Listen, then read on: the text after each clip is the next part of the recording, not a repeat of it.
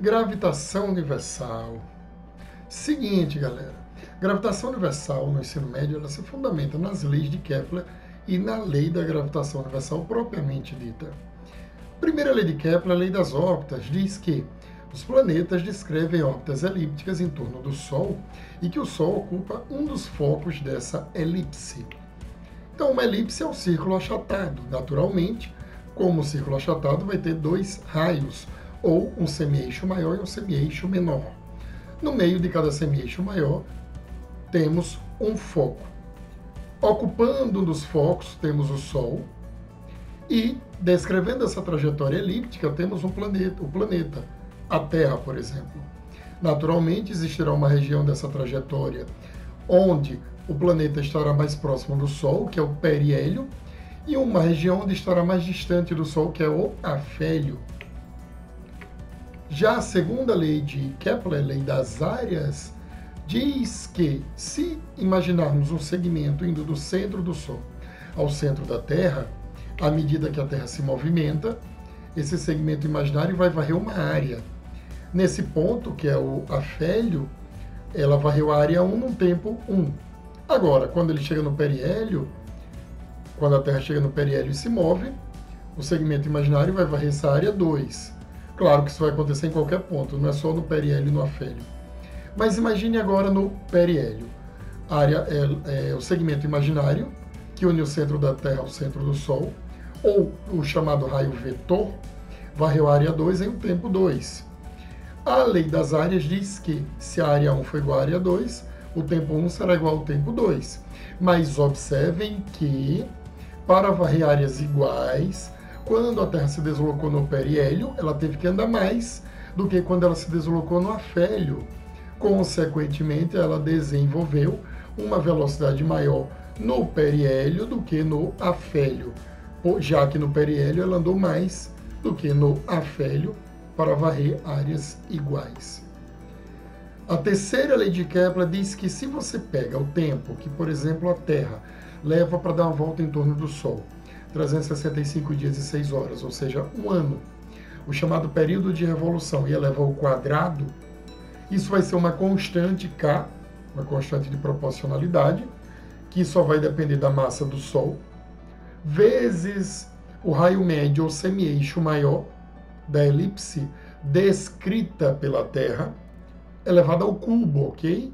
Esse raio é o cubo. Então, imagine o seguinte, um satélite A e um satélite B orbitando a Terra. O K, a constante de proporcionalidade, só vai depender da massa da Terra, tá? Então você pode isolar e aí aplicar para o satélite A e para o satélite B. Como o K vai ser o mesmo, você vai poder isolar. E aí eu quero que você observe que, tendo os dados de um satélite, período de revolução em raio, e algum dado do outro satélite, você encontra o dado restante. É assim que as questões acontecem, tá? Então o K vai ser o mesmo para todos os planetas que orbitam o Sol. Logo, se você tem, por exemplo, a distância da Terra ao Sol e o período que a Terra leva para dar uma volta em torno do Sol, tendo a distância, por exemplo, que Júpiter está do Sol, ou melhor, medindo o tempo que Júpiter leva para dar uma volta em torno do Sol, você pode obter a distância de Júpiter ao Sol. É para isso que serve a terceira lei de Kepler, ou lei dos períodos. Né? Bem, chegamos então à lei da gravitação universal de Newton. Ela diz que a força de atração entre duas massas quaisquer, não precisa ser dois planetas, mas pode ser qualquer coisa. Agora vejamos, imagine a Terra e a Lua, ou o Sol e a Terra. Essa força de atração vai ser diretamente proporcional ao produto das massas, inversamente proporcional ao quadrado da distância que separa essas massas.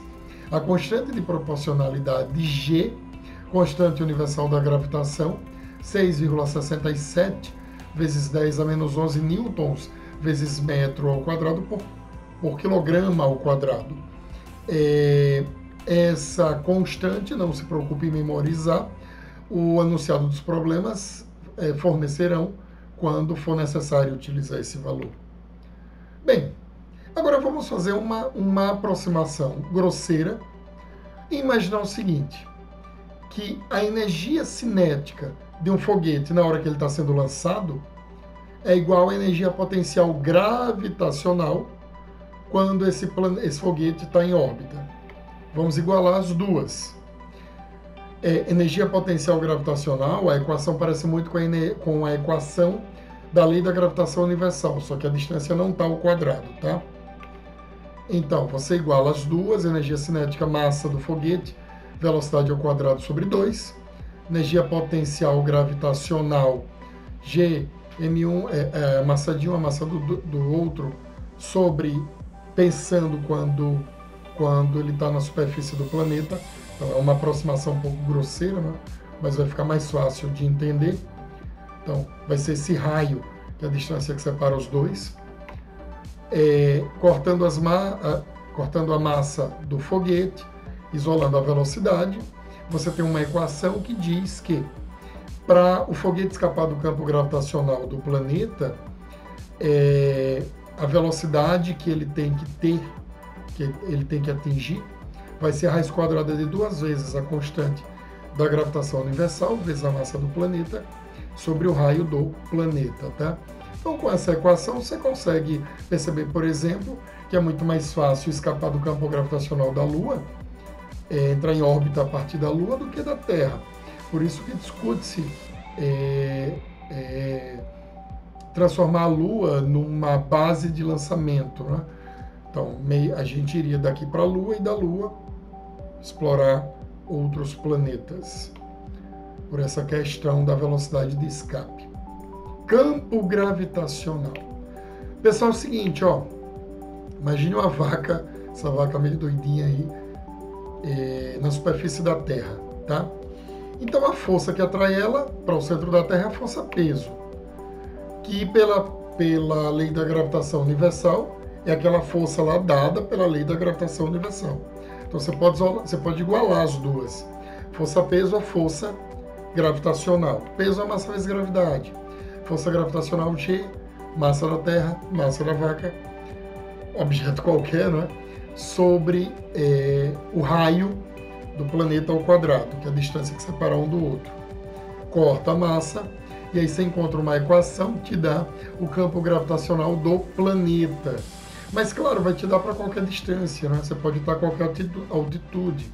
Você pode usar, por exemplo, o raio do planeta ou a distância de um corpo que está sobre o Monte Everest até o centro do planeta. Aí você vai encontrar o campo gravitacional em cima do Monte Everest, tá? Então essa equação te dá o campo gravitacional que a Terra cria. Velocidade de translação. Uma vez em órbita, para você obter a velocidade desse satélite que orbita a Terra, basta você considerar que a velocidade, que a força gravitacional, ela está puxando para o centro. Então ela age como centrípeta. Igual a força centrípeta à força gravitacional. A centrípeta é nível ao quadrado sobre o raio gravitacional G, massa de um, massa do outro, sobre o raio da órbita ao quadrado, corta a massa, isola a velocidade. Essa é a velocidade de translação. Ela diz que a velocidade com a qual o satélite está orbitando a Terra será dada pela raiz quadrada da constante universal da gravitação, vezes a massa do satélite sobre o raio vezes a massa da Terra sobre o raio da órbita, tá? Ok? Exercício, vamos aos nossos exercícios de fixação. Primeira questão, Enem 2013.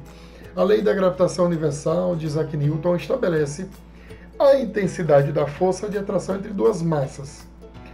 Ela é representada pela expressão F igual a G, M1, M2 sobre D ao quadrado, que acabamos de ver.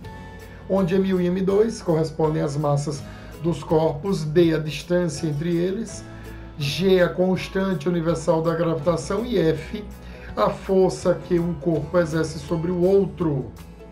O esquema representa as trajetórias circulares de 5 satélites. Basta dizer que uma trajetória circular é uma aproximação de uma trajetória elíptica, tá? De 5 satélites de mesma massa, orbitando a Terra, então eles têm mesma massa. Qual gráfico expressa as intensidades das forças que a Terra exerce sobre cada satélite em função do tempo? É só observar que se as massas são iguais, você só tem que pensar que a força é inversamente proporcional ao quadrado da distância. Quanto maior a distância do satélite ao centro da Terra, menor a força. Então, observe que pelo diagrama, o satélite A é o mais distante, então é a menor força. O B vem em seguida, o C em seguida, o D em seguida, o E é o mais próximo. Então, em ordem decrescente, maior força do E, menor do D, menor do C, menor do B, menor do A. Ou força de atração que a Terra exerce sobre A menor que a força de atração que a Terra exerce sobre B, menor do que a força de atração que a Terra exerce sobre C, e sobre D e sobre E, ok? Portanto, a resposta certa, letra B, onde temos a menor força A, depois B, depois C, depois D até E, crescente. Conhecer o movimento das marés é de suma importância para a navegação, pois permite definir com segurança quando e onde um navio pode navegar em áreas, portos ou canais. Em média, as marés oscilam entre a alta e a baixa no período de 12 horas e 24 minutos. No conjunto de marés altas, existem algumas que são maiores do que as demais. A ocorrência dessas marés tem como causa, letra A diz a rotação da Terra, que muda entre dia e noite a cada 12 horas. Na verdade, a força de atração é de maneira muito simplificada. A força de atração que a Lua exerce sobre a Terra, está mais próxima do que o Sol, mas há interferência do Sol também, tá? Então não é letra A, letra B, os ventos marítimos, pois todos os corpos celestes se movimentam juntamente, não tem sentido isso. Letra C, um alinhamento entre a Terra, a Lua e o Sol, pois as forças gravitacionais agem na mesma direção. Bem, de maneira muito simplificada seria a letra C.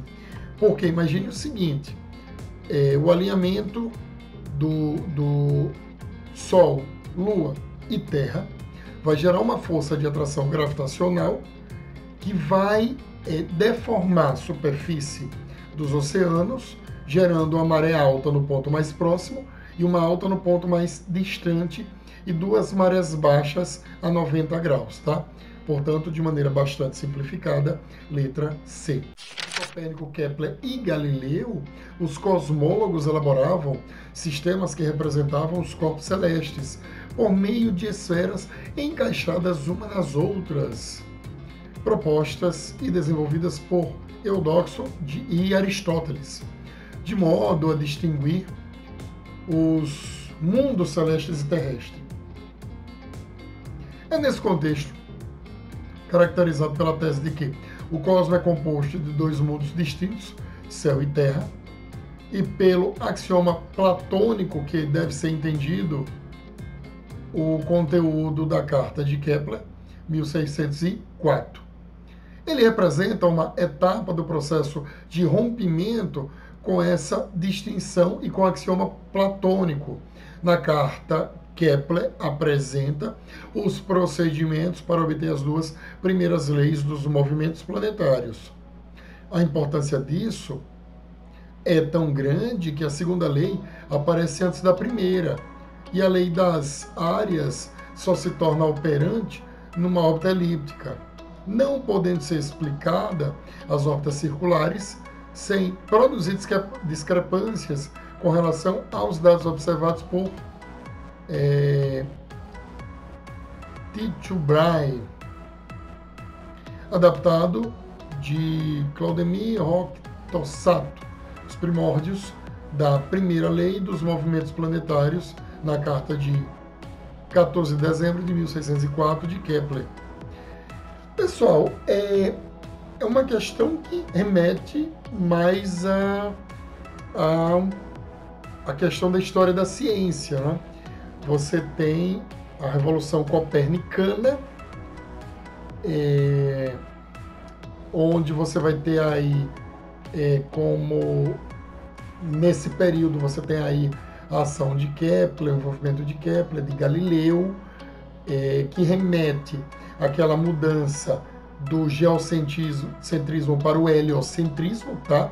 Então, uma revolução extremamente importante.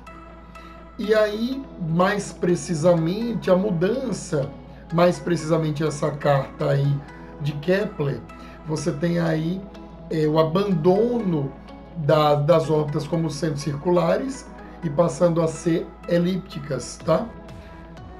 Então, considerando o contexto histórico descrito e as leis da física apresentadas por Kepler, a tal alternativa correta. Copérnico, Kepler e Galileu fazem parte da chamada Revolução Científica, que rompe com leituras especulativas do universo, baseadas em premissas aristotélicas e tomistas, e propõe análises empiristas do mundo natural. O conceito de órbitas circulares para o movimento dos planetas em torno do Sol, em que a distância entre o planeta e o Sol permanece constante durante o movimento, foi abandonada por Kepler. Letra A. Por que letra A?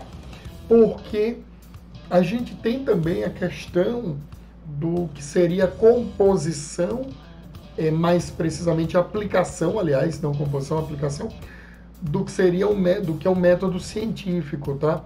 Então, abandona-se essa análise muito fundamentada nos sentidos e passa-se mais a uma análise matemática, uma observação onde forma-se uma hipótese e submete essa hipótese aos dados observados para então abandoná-la ou modificá-la, evoluindo então até algo que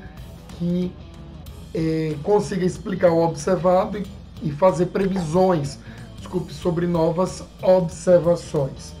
Então, letra A, porque a Revolução Copernicana remete também a esse nascimento do método científico. Então, essa questão é uma questão da Unicamp muito interessante, tá? Muito ampla, né? Sabe-se que a posição em que o Sol nasce ou se põe no horizonte muda de acordo com a estação do ano. Olhando-se em direção ao poente, por exemplo, para o observador no hemisfério sul, o Sol se põe mais à direita no inverno do que no verão. O fenômeno descrito deve-se à combinação de dois fatores: a inclinação do eixo de rotação terrestre e a letra A, precessão do periélio terrestre, letra B, translação da Terra em torno do Sol. Ok, letra B. Basicamente, você tem o seguinte: além da inclinação da Terra, do eixo da Terra, no que liga os polos, o eixo de rotação da Terra, você tem um movimento de translação da Terra em torno do Sol.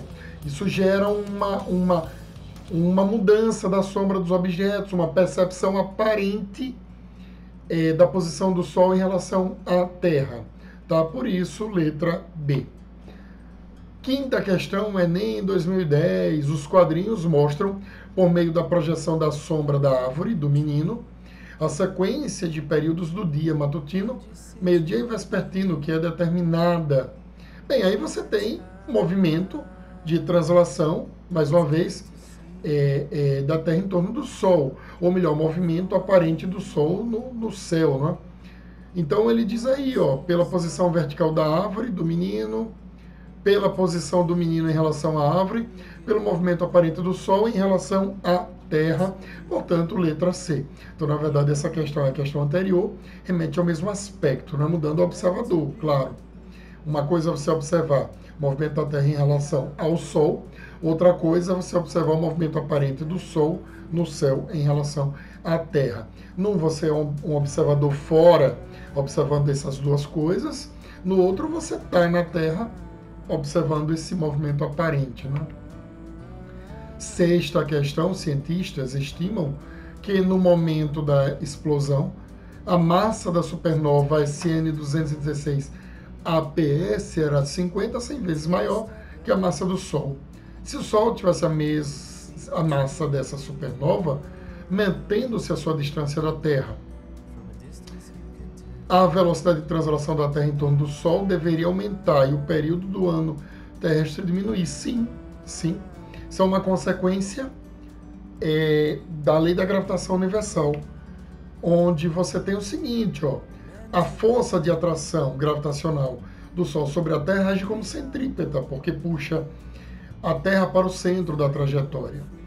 Então, aí você, substituindo as equações da gravitacional e da centrípeta, cortando as massas, isolando a velocidade, você encontra no que o que a gente já fez, né, deduziu, que é a equação da velocidade de translação da Terra em torno do Sol. Você vê que ela é diretamente proporcional à raiz da massa, inversamente proporcional à raiz do raio, ou do raio da órbita, ou da distância do centro de um ao centro do outro. Se aumenta a massa, tem que aumentar a velocidade. Se aumenta a velocidade, diminui o período, obviamente, porque a trajetória será percorrida num tempo menor, portanto, letra A. Dois satélites de massa M1 e M2 descrevem, respectivamente, órbitas circulares de raios R1 e R2, respectivamente, ao redor da Terra. Considerando que a força gravitacional exercida pela Terra sobre cada satélite tem o mesmo valor, mesma força, e que as massas dos satélites obedecem à relação M2 1/4 de M1, é possível afirmar que a relação entre os raios das órbitas é dada por... Bem, você vai aplicar a lei da gravitação universal para ambos, igualar, e aí você consegue obter uma relação entre raio e massa, que o raio do satélite 2 é a raiz quadrada da massa do 2 sobre a massa do 1, vezes o raio do 1. E aí você vai substituir essa relação entre as massas, e então obter uma relação entre os raios, que o raio da órbita do satélite 2 é metade do raio da órbita do satélite 1. Portanto, letra B. Edson, você deu um salto grande aí. Sim, pessoal. Eu estou explicando o raciocínio, detalhando na apresentação. Então, interessante é que você analise com calma, porque é álgebra básica aplicada, né? O raciocínio é basicamente esse: igualar as forças de atração, porque o enunciado disse que elas são iguais, cortar constante, cortar a massa de quem está no centro, obter uma relação entre os raios e as massas, substituir a relação entre as massas, obter uma relação exclusivamente entre os raios. Tá? Oitava, o valor da aceleração da gravidade num ponto X em torno da Terra, a uma altitude equivalente a 4 vezes o raio da Terra acima da superfície em metros por segundo ao quadrado, é igual a campo gravitacional na superfície da Terra, 10 metros por segundo ao quadrado aproximadamente. Galera, você pode substituir naquela relação que nós já deduzimos para o campo gravitacional, né? A gente obteve fazendo peso igual a força gravitacional. Corta a massa do objeto, e aí você encontra uma equação que dá o campo gravitacional na superfície, que vale 10. Mas você pode também, usando para a distância entre o objeto e o centro do planeta, o raio do planeta mais a altitude, essa altitude 4 vezes o raio da Terra, obter nova relação, tá? E aí o que é que você vai fazer? Aqui ela vale 10 na superfície. Um erro aí de diagramação. Uma parte ficou sob a janela do navegador, do vídeo, mas a gente desloca aqui. E aí, ó, o que foi que a gente fez? A gente aplicou para o objeto na superfície, para o objeto a uma distância 4 vezes o raio, tá? E aí dividimos um pelo outro para obter uma relação entre os dois, cortando raio do planeta, massa do planeta, substituindo o valor do campo gravitacional na superfície, tá? E aí, encontrando esse valor, de 0,4 metros por segundo ao quadrado. Claro que você poderia pegar aquela equação lá que a gente deduziu lá atrás, para o campo gravitacional na superfície, substituir aqui 10. Foi o que ele deu. E aí, para um ponto a uma distância do objeto ao centro do planeta R mais 4R, que é a altitude, elevando ao quadrado, você encontraria isso daqui. Isolando esse G, Gzão, M, você vai ver que vai dar um treco aí igual a 10, você vai substituir por 10 e vai chegar no mesmo resultado, tá? Eu particularmente prefiro dividir um pelo outro. A equação que dá o campo a essa altitude, que é 4 vezes o raio, pelo campo na superfície. E obter essa relação aqui, ó, e aí substituir. Mas, insisto, é álgebra básica, você escolhe como resolver, tá? Prosseguindo, então deu letra D, Enem 2015, observações astronômicas indicam que no centro de nossa galáxia, a Via Láctea, provavelmente existe um buraco negro cuja massa é igual a milhares de vezes a massa do Sol.